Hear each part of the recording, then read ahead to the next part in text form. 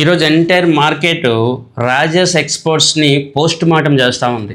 Rajesh export ఇంత fraud చేసింది, ఇంత పెద్ద స్కామ్ చేసింది, ఇలా అయ్యింది అలా అయ్యిందని చెప్పి ఒక టాపిక్ని లాగి మాట్లాడుతూ ఉన్నారు. సరే, సెబీ ఏం చేస్తుంది, రాజేష్ ఎక్స్పోర్ట్ తప్పు చేశాడా లేకపోతే ఏం జరిగింది, ఇవన్నీ కూడా పక్కన పెట్టండి. ఒక వాస్తవం మనం మాట్లాడుకోవాలి. తప్పు చేస్తే రాజేష్ ఎక్స్పోర్ట్ మీద పెనాల్టీ లేదా ఫైన్ వేస్తారు, లేకపోతే ఇంకేదో చేసుకుంటారు. బట్ రిటైల్ ఇన్వెస్టర్స్ యొక్క పరిస్థితి ఏంటి?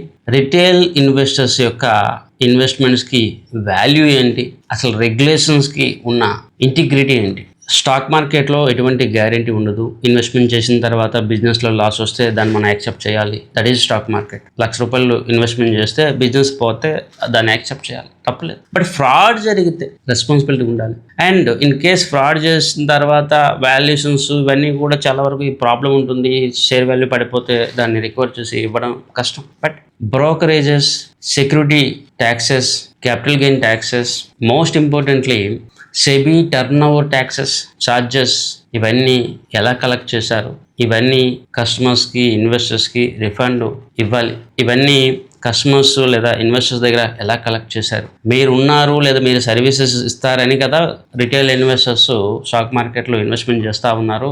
ఇప్పుడు ఈ బ్రోకరేజెస్ కానీ, టర్న్ ఓవర్ ఛార్జెస్ కానీ, ట్యాక్సెస్ కానీ ఇవన్నీ కూడా గవర్నమెంట్కి, సెబీకి వెళ్తూ ఉంది. ఈరోజు ఒక కంపెనీలో ఇంత పెద్ద ఫ్రాడ్ జరిగినప్పుడు ఈ విషయాల్లో వాళ్ళ యొక్క ఫెయిల్యూర్ కూడా చాలా స్పష్టంగా కనిపిస్తుంది. కాబట్టి brokers, SEBI and government retail ఇన్వెస్టర్స్కి న్యాయం అయితే చేయలేకపోవచ్చు. బట్ రిటైల్ ఇన్వెస్టర్స్ దగ్గర కలెక్ట్ చేసిన డబ్బులు ఆ ఇన్వెస్టర్స్కి రిఫండ్ అయితే చేయాలి. ఎందుకు చేయరు? సెబీ వాచ్ డాగ్ కదా, గవర్నమెంట్ ప్రజల కోసమే కదా. ప్రజలకి ఫాల్స్ ప్రోడక్ట్లు అంటగట్టి ప్రజల యొక్క ఇన్వెస్ట్మెంట్స్లో కానీ లేదా ఫైనాన్షియల్ మ్యాటర్స్లో కానీ ఏమాత్రం సీరియస్నెస్ లేకుండా నిర్లక్ష్యంగా ఉన్నందుకు ఆ డబ్బులు, ఆ లాస్ని SEBI and brokers and government భరించాలి. రిటైల్ పీపుల్ యొక్క విశ్వాసము, ఇంటర్నేషనల్ మార్కెట్లో గవర్నమెంట్, మన మార్కెట్ యొక్క గౌరవం కాపాడాలంటే సెబీ, గవర్నమెంట్ మరింత యాక్టివ్గా పనిచేయాలి, ఎఫెక్టివ్గా పనిచేయాలి. 5 సంవత్సరాల తర్వాత ఇప్పుడు స్కామ్ జరిగిందని చెప్పడం కాదు. ఈ 5 సంవత్సరాల్లో సెబీ లేదా ఇండియన్ ఫైనాన్షియల్ మినిస్ట్రీ లేదంటే ఇతర ఆర్గనైజేషన్స్ స్క్రీనింగ్ రెగ్యులేషన్స్ని, కంపెనీస్ని స్క్రూటినీ చేయకుండా నిద్రమత్తులో ఎందుకున్నాయి?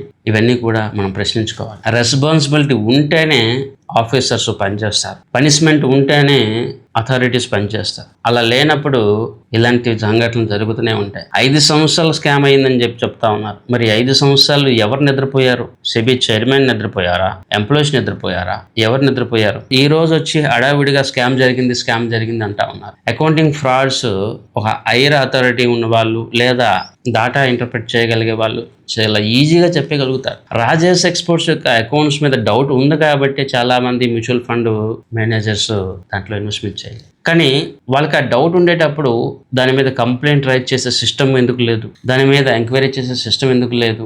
ఒక ఆర్డినరీ పీపుల్ ఇంత స్టడీ చేయగలడా? చేయలేడు. మరి అలాంటప్పుడు సేఫ్ గార్డ్ చేయవలసింది ఎవరు? SEBI and Indian government. మరి వాళ్ళ యొక్క రెస్పాన్సిబిలిటీ ఏంటి? చేతులు దులుపుకోవడమా లేదా ఈరోజు ప్రమోటర్స్కి జైలుకి పంపించడమా? అలా చేస్తే రిటైల్ ఇన్వెస్టర్స్కి న్యాయం ఎక్కడ జరుగుతుంది? ఇక్కడ ఎన్నో స్కాములు జరిగాయి. ఏ స్కామ్లో కూడా రిటైల్ ఇన్వెస్టర్స్కి ఎక్కడ కూడా బెనిఫిట్ కానీ, రిఫండ్ కానీ, జస్టిస్ కానీ జరగలేదు. So SEBI, government of India and finance ministers వీళ్ళందరూ మరొకసారి ఇలాంటి తప్పులు జరగకుండా ఉండాలి అంటే ఖచ్చితంగా రిటైల్ ఇన్వెస్టర్స్కి అట్లీస్ట్ వాళ్ళ యొక్క taxes, turn over charges, brokerages refund చేయండి. సో దట్ ఫ్యూచర్లో రెగ్యులేషన్స్ అండర్లో ఉన్న ఆఫీసర్స్ కొద్దిగా ఎఫెక్టివ్గా పనిచేస్తారు. ఇంటి దగ్గర తిని ఇంటిని కాపాడవలసిన ఒక డాగు పక్కింటికి వెళ్ళి ఆడుకుంటా ఉంటే లేదా ఇంటిని పట్టించుకుంటూ పక్కకి వెళ్ళి ఆడుకుంటే మనకేం లాభం? మనం ఒక డాగ్ని పోషిస్తూ ఉంది, మన ఇంటిని కాపాడుతుందని కదా.